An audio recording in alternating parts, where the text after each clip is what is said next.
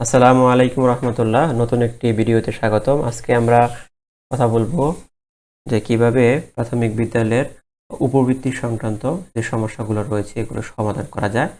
তো আজকের এই ভিডিওতে আমরা আলোচনা করব আর নতুন শিক্ষার্থী এন্ট্রি এবং শ্রেণী হালনাগাদ এবং অন্যান্য যে নতুন বিষয়গুলো রয়েছে এগুলো সম্পর্কে বিস্তারিত কথা বলবো। তো চলেন শুরু করি। তো শুরু করার আগে যারা আমার চ্যানেলটি নতুন রয়েছেন তারা আমার চ্যানেলকে সাবস্ক্রাইব করবেন এবং পাশে থাকা বেল আইকনে ক্লিক দিতে ভুলবেন না। তো প্রথমে ইউজার এবং পাসওয়ার্ড দিয়ে ঢুকতে হবে। প্রবেশ করার পর এরকম একটি ইন্টারফেস পাবেন। ইন্টারফেসের ডান পাশে দেখতে পাচ্ছেন এখানে অনেকগুলো অপশন রয়েছে। এই দেখতে পাচ্ছেন এখানে ড্যাশবোর্ড রয়েছে, প্রাথমিক নির্বাচন রয়েছে, বেনিফিশিয়ারি শিক্ষার্থী রয়েছে, চাহিদা রয়েছে। তো আমরা প্রথমে এই কাজটি করব যে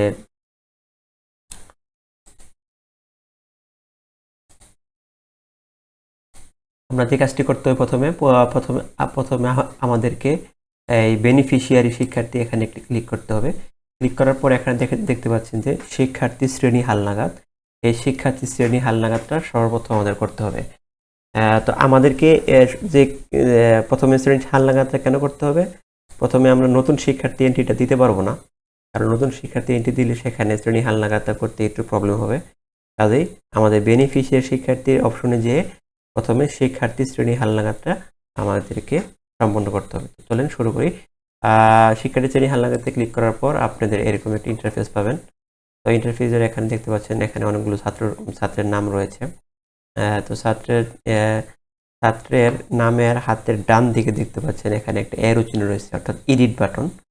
তো এডিট বাটনে এই এই অর্থাৎ আমি যদি এই শিক্ষার্থীকে শ্রেণী হালনাগাদ করতে চাই তাহলে এডিট বাটনে ক্লিক করতে হবে। এডিট বাটনে ক্লিক করার পর এখানে দেখতে পাচ্ছেন এখানে কিছু তথ্য রয়েছে। তার তথ্য এখানে যে কাজটি করতে হবে একদম ইজি, কারণ নির্বাচন, অর্থাৎ শ্রেণী হালনাগাদ যে করবেন এটার কিছু কারণ থাকতে হবে। তো এখানে দেখেন যে এরো বাটনে ক্লিক করার পরে কিছু কারণ এখানে আমরা দেখতে পাচ্ছি। এটা হচ্ছে শ্রেণী প্রমোশন, পুনরাবৃত্তি, ভুল এন্ট্রি। আর শ্রেণী প্রমোশন হচ্ছে যে সে যদি প্রথম শ্রেণী হয়ে থাকে তাহলে শ্রেণী প্রমোশন দিলে সে তৃতীয় শ্রেণীতে উঠবে। আর পুনরাবৃত্তি হয়ে থাকলে অর্থাৎ গত বছর প্রথম শ্রেণী ছিল, এই বছর সে প্রথম শ্রেণী থাকবে, তাহলে পুনরাবৃত্তি হবে। সেক্ষেত্রে শ্রেণী আর পরিবর্তন হবে না। আর ভুল এন্ট্রিটা হচ্ছে গত বছর শিক্ষার্থী ছিল, এই বছর আর শিক্ষার্থীরা আপনার বিদ্যালয়ে আসে নাই কিংবা এখন নিয়মিত আসে না, কিংবা অন্য বিদ্যালয়ে চলে গেছে বা কোথায় চলে গেছে সেটা আপনারা জানেন না বা আমরা জানি না। তো সেই ক্ষেত্রে ভুল এন্ট্রিটা দিয়ে দিবেন। তো আমার এই শিক্ষার্থী যেহেতু শ্রেণী প্রমোশন হয়েছে তাহলে আমি তাকে শ্রেণী প্রমোশন দিয়ে দিলাম। শ্রেণী প্রমোশন দেওয়ার সদস্য দেখেন এখানে দ্বিতীয় শ্রেণী উল্লেখ মানে অটোমেটিক চলে আসছে। এখানে শিফট প্রযোজ্য নয়, তাদের ক্ষেত্রে শিফট দরকার তারা প্রথম দিয়ে তৃতীয় দিয়ে দিবেন, তাদের ক্ষেত্রে প্রযোজ্য নয় তারা প্রদত্ত নয় দিয়ে দিবেন। শাখা সেম, যদি প্রদত্ত থাকে দিবেন অথবা না থাকলে প্রয়োজন নেই। রুল আপনি যদি রুল পরিবর্তিত হয়ে থাকে তাহলে রুল পরিবর্তন করে দিবেন, এটা ম্যান্ডেটরি না পরিবর্তন করাটা, যেটা আছে এটা থাকলে চলবে। তারপরে এই দেখেন এখানে নিচে সংরক্ষণ বাটন একটা অপশন রয়েছে। এই সংরক্ষণ বাটনে একটি ক্লিক দিবেন, তাহলে এখানে সংরক্ষণ হয়ে যাবে।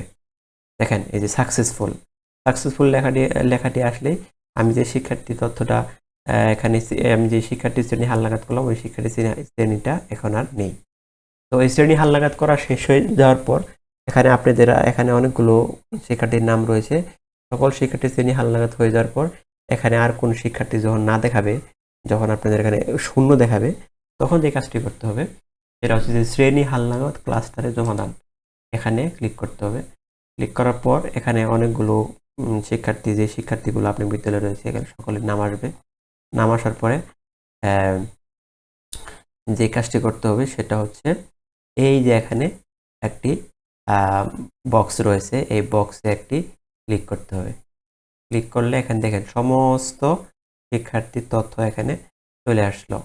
তখন আপনারা যে কাজটি করতে হবে এই যে ক্লাস্টারে পাঠান দেখতে পাচ্ছেন এই ক্লাস্টারে পাঠানে অপশনে ক্লিক করলে আপনাদের শ্রেণী হালনাগাদের যে কাজটা সেটা সহজে হয়ে যাবে। আমি এখন পাঠাচ্ছি না, কারণ আমার বিদ্যালয়ের কিছু কাজ বাকি আছে, সেই জন্য আমি ক্লাসটা পাঠানোর দেখাতে পারতেছি না আপনাদের। তো এভাবে করতে পারলে আপনাদের শ্রেণী হালনাগাদটা সুন্দরভাবে সম্পন্ন হবে। তো শ্রেণী হালনাগাদে শেষ হওয়ার পর যে কাজটি করতে হবে, আমাদের যে নতুন শিক্ষার্থীগুলো রয়েছে ওই নতুন শিক্ষার্থী আমরা এন্ট্রি দিব। এন্ট্রি দেওয়ার পরে আমাদের মূল কাজটি করতে হবে। তো এন্ট্রি দিতে হলে আমাদের প্রাথমিক নির্বাচনের একটি বক্স রয়েছে, দেখতে পাচ্ছেন এই যে প্রাথমিক নির্বাচন। এই প্রাথমিক নির্বাচনে একটি ক্লিক করবেন। ক্লিক করার পর এরকম অনেকগুলো অপশন পাবেন। তো অপশনগুলোর ভিতরে নতুন শিক্ষার্থী এন্ট্রি, নতুন শিক্ষার্থী এন্ট্রি, নতুন শিক্ষার্থী এন্ট্রি দেখতে পাচ্ছেন। এই নতুন শিক্ষার্থী এন্ট্রিতে আমরা এখন ক্লিক করব। ক্লিক করার পরে এখানে অনেকগুলো তথ্য আসবে, শিক্ষাবর্ষ আসবে, বর্তমান অর্থবছর আসবে। তো তারপরে এখানে দেখতে পাচ্ছেন যে জন্ম সনদের নম্বর, জন্ম তারিখ। তো আমরা এখানে শিক্ষার্থীর জন্ম সনদের নম্বরটা এখানে আমরা দিয়ে দিব। এখানে জন্ম সনদের নাম্বার দিব, জন্ম তারিখ দিব। দেখেন আমি দিয়ে দিচ্ছি। এখানে জন্ম তারিখটা দিয়ে দেওয়ার পর এখানে খুঁজুন অপশনে একটি ক্লিক করবেন। খুঁজুন অপশনে ক্লিক করলে শিক্ষার্থী বাংলা নাম চলে আসবে, শিক্ষার্থী ইংরেজি নাম চলে আসবে। শিক্ষার্থী ভাই বোনের সংখ্যাটা এটা আপনারা যতজন ভাই বোন আছে ততজন দিয়ে দিবেন। তো এখানে শিক্ষার্থী 2 জন 3 জন, আমি ভাই বোনের সংখ্যা 2 দিয়ে দিলাম। শিক্ষার্থী হলো পুরুষ, তার এগুলো আপনারা ফিল আপ করবেন। এরপরে মাতার এনআইডি নাম্বার, মাতার জন্ম তারিখ, এগুলো আমরা পিতার এনআইডি নাম্বার, পিতার জন্ম তারিখ এবং এগুলোর উপরে খুঁজনে আমরা ক্লিক করব। এখানে মাতার এনআইডি নাম্বার এবং মাতার জন্ম তারিখ লেখার পরে এখানে খুঁজুন অপশনটা ক্লিক করলে মাতার বাংলা নাম ইংরেজি নাম চলে আসবে। তো এখানে আমরা যেই অভিভাবকের নাম্বারটা লিখে দিব, এই নাম্বারে মূলত আমাদের উপবৃত্তির টাকাটা আসবে। তো এটা খুব সতর্কতার সহিত নাম্বারটা লিখতে হবে যাতে কোনোভাবেই ভুল না যায়। প্রয়োজনে এখানে একাধিকবার আপনারা চেক দিবেন যাতে কোনোভাবেই নাম্বারটা মিসিং না হয়। মোবাইল নাম্বার দেওয়ার পর এখানে পিতার এনআইডি নাম্বার এবং পিতার জন্ম তারিখ এটা আমরা এখন বসিয়ে দিব। দেখেন এখানে পিতার এনআইডি নাম্বার দেওয়ার পরে এখানে দেখেন এখানে কিন্তু বলতেছে 13 ডিজিট এনআইডির ক্ষেত্রে এনআইডির এর পূর্বে 4 ডিজিট জন্ম সাল যোগ করুন। অর্থাৎ এখানে যেই 13টির সংখ্যা রয়েছে তার এরকম সংখ্যা থাকলে তাহলে এর আগে যে জন্ম সালটা রয়েছে এই জন্ম সালটা আমরা এখানে বসিয়ে তারপরে এনআইডির এটা আমরা সম্পন্ন করতে হবে। এখানে পিতার এনআইডি নাম্বার এবং পিতার জন্ম তারিখ লেখার পরে আমরা খুঁজুন অপশনে ক্লিক করব। খুঁজুন অপশনে ক্লিক করার পরে এখানে তথ্য চলে আসলো। এরপরে আমরা বর্তমান ঠিকানাটা দিয়ে দেব।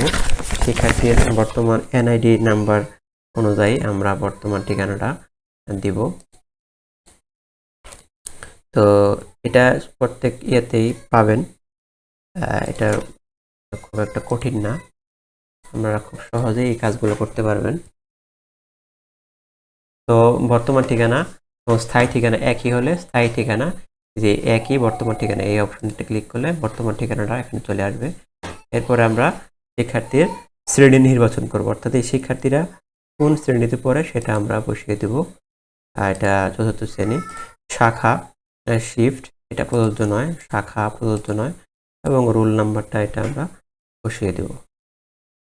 যে রোল নাম্বারটা রয়েছে এটা আমরা বসিয়ে দিলাম। এরপরে এখন অভিভাবকের তথ্য, যদি মাতা অভিভাবক হয় তো সেক্ষেত্রে মাতার অভিভাবকের তথ্য দিতে হবে। আর পিতা হলে পিতা, এখানে অপশন দিলে পিতা, ভাই বোন বর্ণন্য হলে সেটা। যখন আমরা ভাই দিব তখন ভাইয়ের তথ্যগুলো লাগবে বা বোন দিলে বইয়ের তথ্যগুলো লাগবে।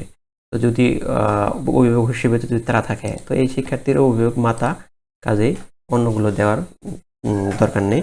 তো এখানে পেমেন্ট বিবরণ, এখানে এই তথ্যগুলো থাকবেই। শুধু এখানে মোবাইল ব্যাংকিং সেবাদানকারী প্রতিষ্ঠান নির্বাচন করুন। এখানে এটা আসার পর নগদ এই অপশনে ক্লিক করলে রাউটিং নাম্বারটা অটোমেটিক চলে আসবে। তারপরে সংরক্ষণ বাটনে ক্লিক করার আগে আমাদের অ্যাকাউন্ট নাম্বারটা আবার একটু পুনরায় চেক দিয়ে দেবেন যাতে ভুল না হয়। তো এটা হচ্ছে অ্যাকাউন্ট যদি আমরা চেক না দিই তাহলে হয়তো বা ভুল হতে পারে, সেই জন্য কাজেই অ্যাকাউন্ট নাম্বারটা আবার একটু চেক দিয়ে আপনারা সংরক্ষণে এটা ক্লিক করবেন। তো সংরক্ষণ ক্লিক করে দেখেন রেকর্ড সাকসেসফুলি সেভড, অর্থাৎ এই শিক্ষার্থীর উপবৃত্তির কার্যক্রমের যে তথ্যগুলো এটা উপবৃত্তি সার্ভারে আমরা সেভ করে নিলাম। তো উপবৃত্তি সার্ভার সেভ হওয়ার পরে এই শিক্ষার্থীরা আমরা পাবো হচ্ছে। তো এই শিক্ষার্থীর তথ্য শেষ হওয়ার পর, এই শিক্ষার্থীর তথ্য শেষ হয়ে যাবে, তখন আমরা এই শিক্ষার্থীর তথ্যগুলো আমরা পাবো হচ্ছে শিক্ষার্থীর তথ্য আপডেট। এই শিক্ষার্থী তথ্য আপডেটে এখানে আমরা শিক্ষার্থী পাবো। যদি কোনো আবার যদি সংশোধন করতে প্রয়োজন হয় তাহলে এখানে এসে এডিট বাটনের অপশনে ক্লিক করে শিক্ষার্থীর তথ্য সংশোধন করতে পারবেন। তারপরে শিক্ষার্থীর প্রাথমিক তালিকা, আমরা এখানে শিক্ষার্থীর প্রাথমিক তালিকাগুলো পাবো, যে তালিকাগুলো আছে। তো আমাদের নতুন শিক্ষার্থী এন্ট্রি হওয়ার পর যে কাজটি করতে হবে সেটা হলো ক্লাস্টারের তালিকা জমা দান। ক্লাস্টারের তালিকা জমা দানের সময় আমাদের এই একই প্রসেস, যে এখানে যে গড়টি রয়েছে এই গড়টি ক্লিক করলে একটা মার্ক হয়ে যাবে। মার্ক হওয়ার পরে ক্লাস্টারে প্রেরণ এই অপশনে আমরা যদি ক্লিক করে দিই তাহলে আমাদের এই শিক্ষার্থীর তথ্য ক্লাস্টারে চলে যাবে। তখন এটিও বরাবর স্যার এটাকে অনুমোদন দিলে আমাদের পরবর্তী যে টাকার অপশনগুলো আছে সেটা চলে আসবে। তো আশা করি আপনারা এই ভিডিও থেকে কিভাবে উপবৃত্তি সংক্রান্ত সমস্যাগুলো সমাধান করা যায় এগুলো জানতে পারলেন, এবং নতুন নতুন ভিডিও পাওয়ার জন্য আমার এই চ্যানেলটিকে সাবস্ক্রাইব করতে ভুলবেন না। সবাইকে ধন্যবাদ। আসসালামু আলাইকুম রহমতুল্লাহ।